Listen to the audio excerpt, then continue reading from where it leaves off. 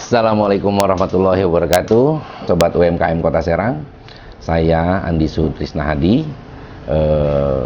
asli orang Serang yang kebetulan saat ini ada beberapa usaha yang saya geluti, yaitu Suhud Media Promo, perusahaan yang bergerak di bidang promosi, desain, dan advertising. Kemudian yang baru dirintis belum lama ini adalah Umakite, sebuah kafe dengan konsep tradisional modern yang mengangkat dan melestarikan kuliner serta bahasa daerah. Mungkin akan karena saya sedang membuat semacam riset kecil-kecilan terkait dengan Umakite. Ini saya ingin membuat sebuah kafe dengan positioning konsep tradisional dan modern. Jadi bagaimana caranya makanan-makanan yang kita kenal sebagai sebuah makanan yang pasar, makanan jajanan pasar atau makanan yang tidak muncul di kafe. Nah, ini muncul di kafe. Kemudian juga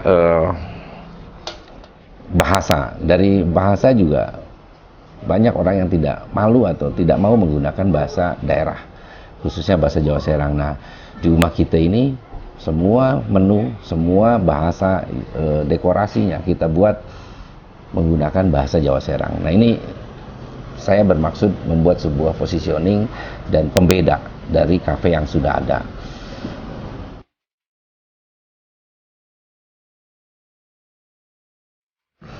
Jadi begini, saat kita membuat sebuah usaha, menentukan sebuah apa yang mau kita jual, apa yang mau kita pasarkan, pertama yang harus kita ingat adalah brand. Nah, ini makanya yang paling dekat dengan konteks yang akan saya sampaikan ini Umakite. Saya memilih bahasa atau kata, sebuah susunan kata yang memang orang sudah akrab mengucapkannya, tetapi juga ini punya arti atau nilai specific word. Tidak ada kata yang menyerupainya. Makanya saya cari bagaimana ini tempat menjadi orang nyaman. Nah, ketemulah istilah Umakite. Asalnya dari Umakite, rumah saya kalau bahasa Indonesia. Nah, kemudian saya coba menjadikan sebuah brand dengan menghapus kata H-nya. Umakite menjadi sebuah kata yang kalau orang bicara, kamu sedang di mana? Umakite. Nah, ini maksud saya. Jadi semua orang mengucapkan itu seolah-olah mengakui ini rumahnya. Dan begitu saya cari di Google, itu nama Umakite juga tidak ada padanan yang sama di Google, bahkan di seluruh dunia. Ini makanya saya putuskan untuk menjadikan ini brand dan kemudian menciptakan karakter tipografinya secara spesifik dan khusus. Nah, dari sini mulailah saya membangun dari brand ini, membuat sebuah positioning. Apa yang mengingat orang untuk datang ke tempat saya? Yaitu saya berarti melihat dulu kafe-kafe yang lain, dan ternyata ada yang belum mengangkat makanan-makanan tradisional ke kafe. Nah, saya coba itu untuk gali, dan ternyata memang tidak gampang karena supplier makanan-makanan tradisional atau produsen-produsennya banyak mereka juga orang-orang yang banyak kendala terkait dengan usaha mereka. Nah, saya coba dekati mereka untuk diajak kerjasama memproduksi barang yang sama dengan kualitas yang banyak dan kontinuitas yang bisa terjaga. Nah, ini sudah saya buat, saya ajak mereka. Alhamdulillah ternyata gayung bersambut, mereka menyambut positif, dan ini yang mereka tunggu. Contoh seperti produsen gemblong, produsen bontot, gula aren, kopi, dan lain sebagainya. Nah, ini berhasil saya rangkul mereka dan mereka bisa diajak kerjasama. Kemudian apa yang menjadi pembeda? Pembedanya di kami, diferensiasinya di Umakite itu, kita membuat menu-menu yang biasanya orang sebut dengan istilah-istilah bahasa Inggris, istilah-istilah luar negeri, itu kita asimilasi menjadi bahasa daerah. Ini salah satu upaya untuk kita membuat sebuah diferensiasi pembeda. Contoh, kopi yang disajikan dengan manual brewing V60, V60 itu kita sebut di sini kopi Swidak. Kemudian ada kopi Vietnam Drip, kita sebut dengan kopi netes di sini. Dan ini ternyata mengundang respon pasar yang cukup bagus. Unik ini. Mereka bahkan berfoto dengan menu-menu yang disajikan di sini. Nah, kemudian konsep itu saya buat semacam bisnis model kanvasnya, kemudian saya bikin strategi-strateginya, saya buat perencanaan-perencanaan. Ternyata dalam waktu 2 bulan kita buka, tanpa diduga banyak orang yang berminat untuk membuka kafe dengan konsep yang sama. Akhirnya di bulan ketiga saya berhasil membuat ada 2 cabang rumah kita, yaitu di Tangerang dan di Anyer. Dan ini Tangerang sedang persiapan 1 lagi, dan di Cibinong 1 lagi. Jadi ada, insya Allah tahun ini ada 4, dan target kita ada 6 rumah kita bisa terwujud di tahun ini. Mudah-mudahan pandemi Covid juga segera berakhir. Nah, ini bagi saya adalah sebuah kebahagiaan, karena ada sebuah jaminan kami kepada, kalau kita mundur lagi ke yang saya bahas tadi, ada beberapa pengrajin makanan tradisional yang saya bina. Ini menjadi sebuah jaminan untuk mereka, produknya kami beli secara terus-menerus dengan jumlah yang semakin banyak, dengan banyaknya cabang rumah kita. Dan ini menjadi sebuah kebahagiaan bagi saya bisa berbagi dengan mereka. Dan ternyata mereka sangat merespon konsep-konsep seperti ini, dan mulai meningkatkan kualitas produk mereka.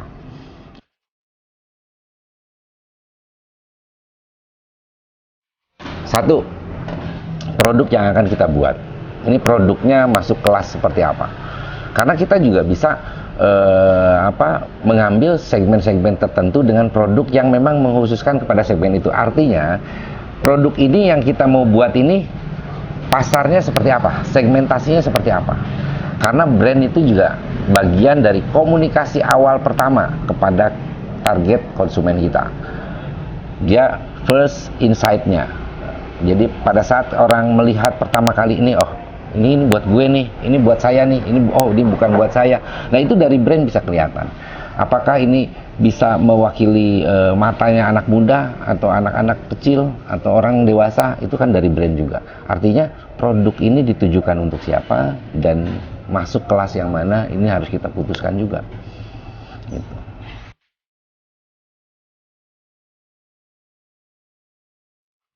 Sangat penting, karena ibarat kita punya anak tapi nggak dikasih nama. Brand itu akan menjadi sebuah brand image, akan menjadi sebuah integrity juga. Itu setiap produk, setiap gerakan, setiap apapun itu yang kita jual atau kita jasa atau produk, itu pasti membutuhkan brand untuk orang mudah mengingat sebagai identitas kita. Kemudian juga dari brand juga kadang orang menyepelekan bagaimana membuat visualisasi dari brand itu, kadang-kadang orang menyepelekan juga. Padahal ini menjadi sebuah image. Segmen pasar mana atau kesan apa yang ingin dia timbulkan saat brand itu diciptakan. Ingin kesannya untuk anak muda atau ingin kesannya untuk orang-orang yang tua atau untuk anak-anak, itu kan pasti berbeda kita ciptakannya brand itu. Jadi brand itu adalah berkaitan dengan identitas kita, juga dengan integritas kita, dan juga dengan brand image kita.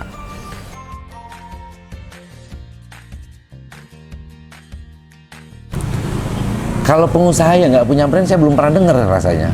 Pasti punya brand, walaupun diri sendiri, nama dia sendiri ya, biasanya personal ya.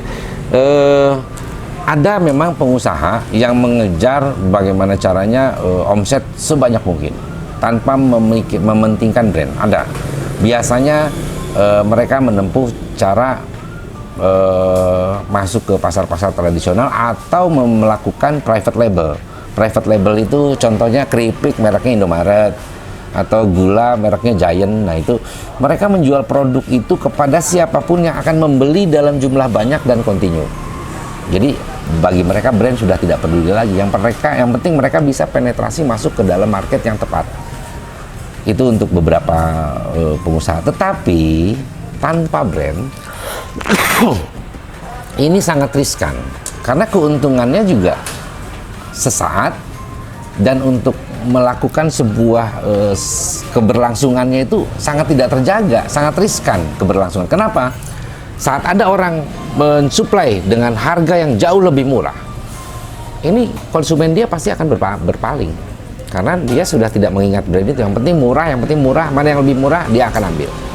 Nah ini untuk keberlangsungan sangat riskan, untuk keberlangsungan usaha tanpa memiliki brand yang kuat.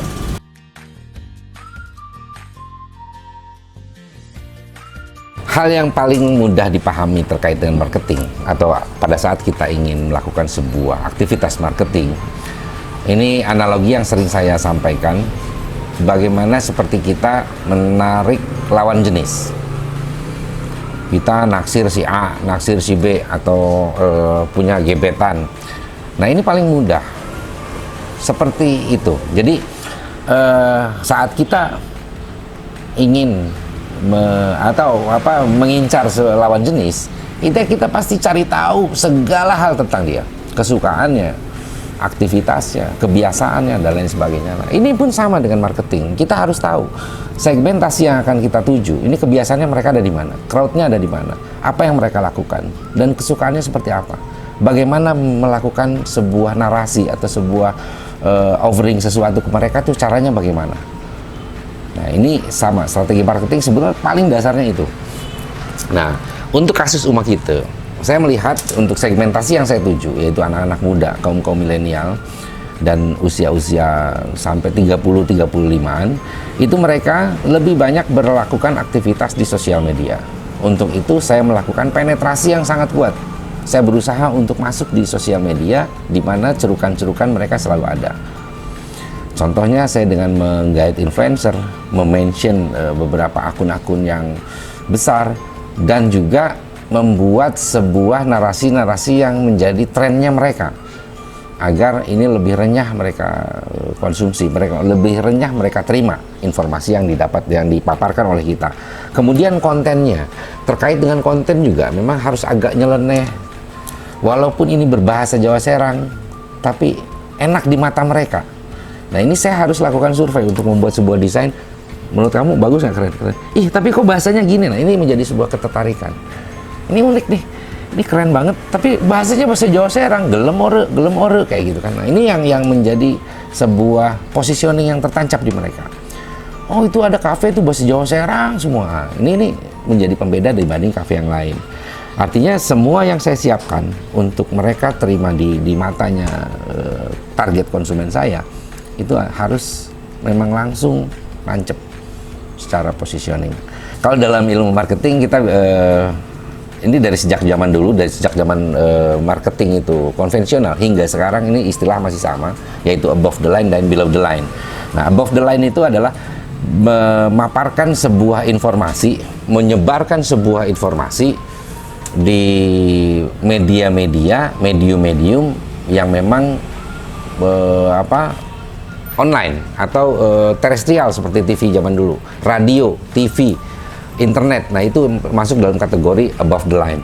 Nah kalau below the line, ini aktivitas yang dilakukan direct selling, promosi langsung ke konsumen, ke kerumunan mereka, menawarkan secara langsung dan lain sebagainya. Itu below the line. Nah kalau untuk Umakite sendiri melakukan below the line, yaitu dengan melakukan, kita selalu ada barang-barang, produk-produk promosi.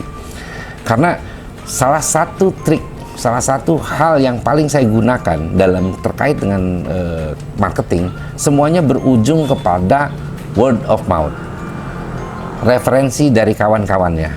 Ini yang akan jadi gini. Kalau untuk strategi market menyebarkan sebuah informasi itu hanya untuk menancapkan positioning di mereka, tetapi mereka akan melakukan sebuah transaksi itu tetap by referensi.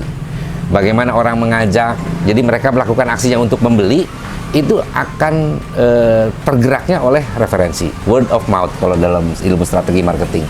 Nah, di sini saya menggunakan gimmick-gimmick yang disukai anak muda. Contoh korek api dengan logo Umakite, kemudian stiker dengan logo Umakite, dan sekarang dengan adanya pandemi COVID, saya membuat sebuah masker dengan tulisan Umakite.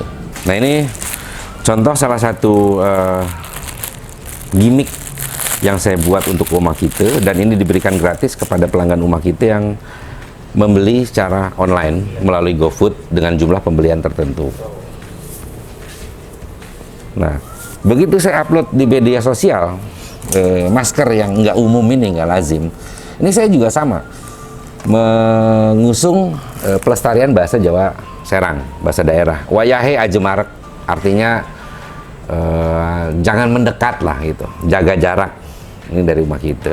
Kemudian ada juga korek dan stiker, kemudian pernah juga pin dan lain sebagainya. Nah ini yang disukai oleh mereka. Dan selain itu, satu orang yang membawa pulang ini dari rumah kita atau memperoleh rumah kita, mereka akan merekomendasikan ke teman yang lain. Dan mereka akan bertanya, ini di mana tempatnya? Di sini. Oh, berarti begitu dia tahu temannya sudah pernah membeli, melakukan transaksi, dia akan mencoba. Nah, itu biasanya anak muda seperti itu. Anak kaum milenial, mereka menggerakkan, melakukan keputusan untuk melakukan pembelian atau melakukan transaksi itu berdasarkan referensi dari orang-orang dekatnya.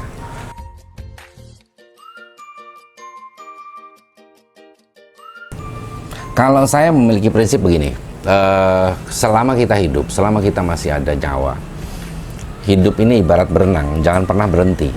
Jadi apapun yang terjadi, termasuk dalam sisi usaha, saya belum pernah merasa gagal dalam usaha. Tetapi kalau saya bangkrut atau rugi, saya sering. Artinya, saya pernah ditipu dengan mobil saya hilang satu.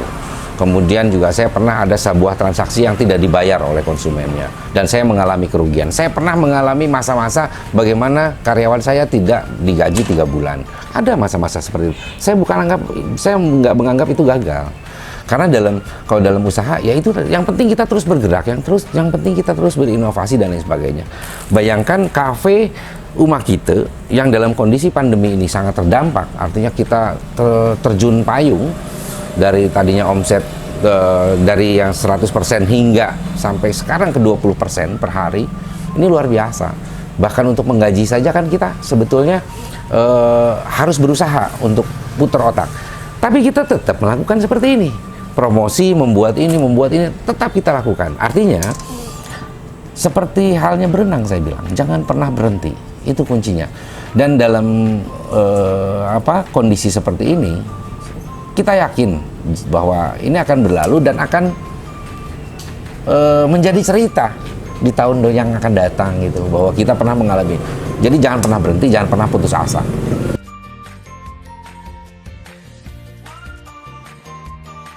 Alhamdulillah sejak adanya pandemi COVID ini, memang di saya tidak ada satupun karyawan yang dirumahkan atau diberhentikan atau tidak digaji.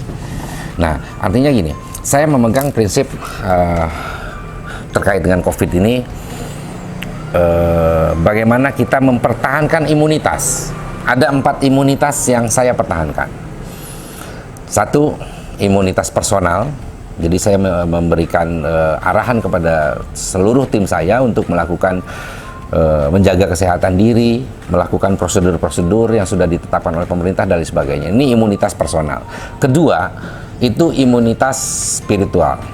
Nah, imunitas spiritual ini sebetulnya nasihat dari guru saya, bahwa saat pandemi COVID ini, wabah seperti ini, ada 2 hal yang harus kita ingat, yaitu persoalan fikih dan persoalan tauhid. Nah, fikihnya kita melakukan tata cara mencuci, menjaga kesehatan, mencuci tangan dan sebagainya. Tauhidnya kita harus sadar bahwa ini adalah memang kehendaknya Allah. Kehendaknya Allah yang sudah ditetapkan oleh Allah, yang tidak kita bisa hindari. Nah, ini imunitas spiritual. Kemudian ada lagi imunitas sosial. Nah, bagaimana kita melakukan imunitas sosial? Ya, kita tetap terus melakukan intens komunikasi dengan seluruh customer kita, bahkan dilakukan lebih sering. Melalui WA atau melalui email dan lain sebagainya. Bertegur sapa yang dulu tidak pernah dilakukan, kita lakukan oleh tim saya. Nah, ini yang membuat kita secara sosial tidak kehilangan. Kita tetap imun, kita tetap kuat bertahan secara sosial. Kemudian yang keempat, yang terakhir adalah imunitas finansial. Nah, ini sebetulnya yang paling sulit. Karena bagaimanapun juga kita bisa mempertahankan sebuah usaha dalam kondisi seperti sekarang luar biasa. Ini butuh ekstra pemikiran dan ekstra kerja keras. Nah, dalam imunitas finansial, saya mendata semua aset yang kita punya dan apa saja aset yang tidak bergerak dan maksudnya tidak berfungsi atau tidak bermanfaat dalam kondisi sekarang, dalam 6 bulan ke depan nggak dipakai, ini kita akan jual dulu untuk mengatasi kondisi ini. Kita nggak bisa mungkin dengan bertahan dengan revenue yang semakin menurun. Artinya kita harus melakukan sebuah gebrakan imunitas finansial tadi. Ya kita harus relakan lah. Ada beberapa aset yang memang bisa dijual, kita jual dulu. Tapi bukan untuk yang dipakai produksi sehari-hari. Artinya kita harus data aset-aset kita yang memang tidak akan difungsikan atau tidak akan dipakai dalam 6 bulan atau 1 tahun ke depan. Kita harus relakan dulu. Karena bagaimanapun juga ini penting. Tidak ada kata sayang. Finansial kita harus punya kekuatan. Kita harus punya kekuatan finansial. Dan kita sendiri harus memang bisa melanjutkan usaha ini bersama-sama dengan seluruh tim. Itu mungkin dari saya. Jadi ada 4, imunitas personal, imunitas spiritual, imunitas sosial, dan imunitas finansial. Dan kita juga harus, tadi hanya baru menjual-jual ya. Nah itu dari imunitas sosial ini ternyata ada beberapa teman-teman kita yang memang masih yang tadinya nggak niat pesan jadi malah pesan. Kemudian ternyata juga kita terfikirkan ada celah-celah bisnis di saat pandemi COVID ini yang muncul yang biasanya nggak ada. Contoh, saya membuat masker promosi ini, malah saya jadi dapat pesanan masker ini dari luar kota juga, dari Jakarta. Karena ini masker memang saya desain sendiri, ini bentuknya berbeda dengan masker-masker yang dijual. Dia lebih tebal, ada busa dan nyaman dipakai dan bisa dicuci. Nah, ini salah satu hikmah dari pandemi COVID yang tidak saya duga. Saat saya mempromosikan ini, ternyata orang pada berminat untuk memesan maskernya ke Suhud Media Promo. Kemudian juga untuk di rumah kita sendiri, sekarang harus bagaimana caranya saya melakukan menekankan kepada konsumen untuk melakukan transaksi secara online melalui GoFood atau melalui pesanan langsung. Dan ini alhamdulillah. Dan minuman-minuman saya yang tadinya biasa disajikan dengan gelas, saya harus berpikir ulang untuk membeli botol misalnya dan dikemas di botol. Dan ini peminatnya cukup bagus. Artinya orang yang dengan kondisi di rumah sekarang, mereka butuh stok untuk di botol. Contoh Kaskara, jamu-jamu, Jennifer, dan cold brew coffee. Itu kita banyak delivery sekarang. Yang biasanya mereka kalau datang transaksi 2-3 gelas, dengan botol mereka sekali transaksi 10 botol.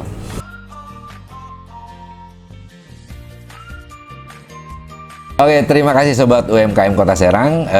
Itu tadi pemaparan dari saya. Mudah-mudahan mendapatkan manfaat yang banyak. Dan mohon maaf apabila ada kata yang kurang. Dan jangan lupa mampir ke rumah kita belakang Polsek Tak-Takan Kota Serang. Untuk kita ngobrol-ngobrol, sharing-sharing, dan ngopi-ngopi. Oke, terima kasih. Wassalamualaikum warahmatullahi wabarakatuh.